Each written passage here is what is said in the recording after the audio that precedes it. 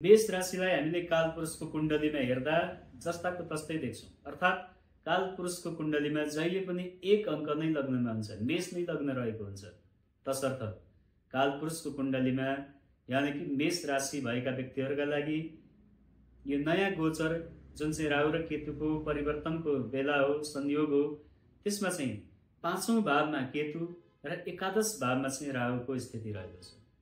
यसको अर्थ मेष राशि हुने व्यक्ति जतिले यो गोचर अबको समय 1.5 वर्षको समयलाई चाहिँ शुभ बनाउनका लागि केही न केही नयाँ सिक्ने प्रयास गर्नुहोस्, खोज्ने प्रयास गर्नुहोस्, रिसर्च गर्ने गर्नुहोस्, यो कसरी भयो, किन भयो भन्ने जस्ता जिज्ञासाहरूलाई चाहिँ जगाउनुहोस्।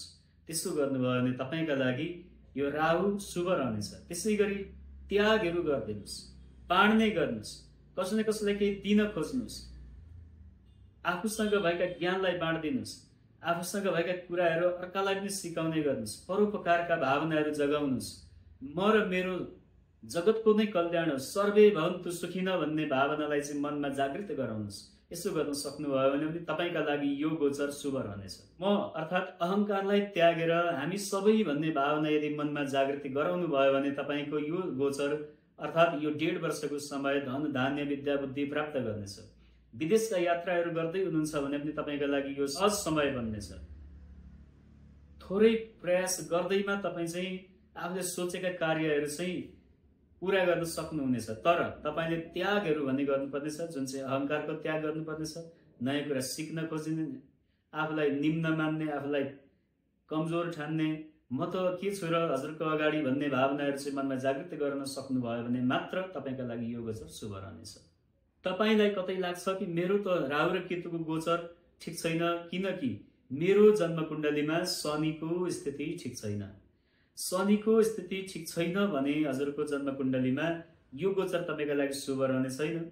हामीले अघि नै भनिसकेका छौँ शनिवत राहु भनेर, जुन चाहिँ शनिको घरमा कुम्भ राशिमा 11 नम्बरमा शनिको गोचर भएको छ।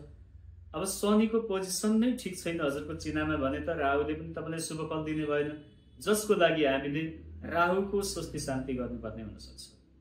राहु सबैभन्दा पहिला प्रसन्न हुने भनेको नै माताका अगाडि हो, आमाका अगाडि, जुन चाहिँ दुर्गा भवानी माता अम्बिका जगदम्बिका हुनुहुन्छ। उहाँको सेवा गर्नुहोस्, उहाँका पूजा अर्चना गर्नुहोस्, उहाँका पाठहरू गर्नुहोस्, चण्डी पाठ गर्नुहोस्, कुञ्जिका स्तोत्रका पाठहरू गर्नुहोस्, अथवा राहु ग्रहको शान्ति गराउनुहोस्। यसो गर्नाले तपाईँको यो गोचर शुभ रहनेछ।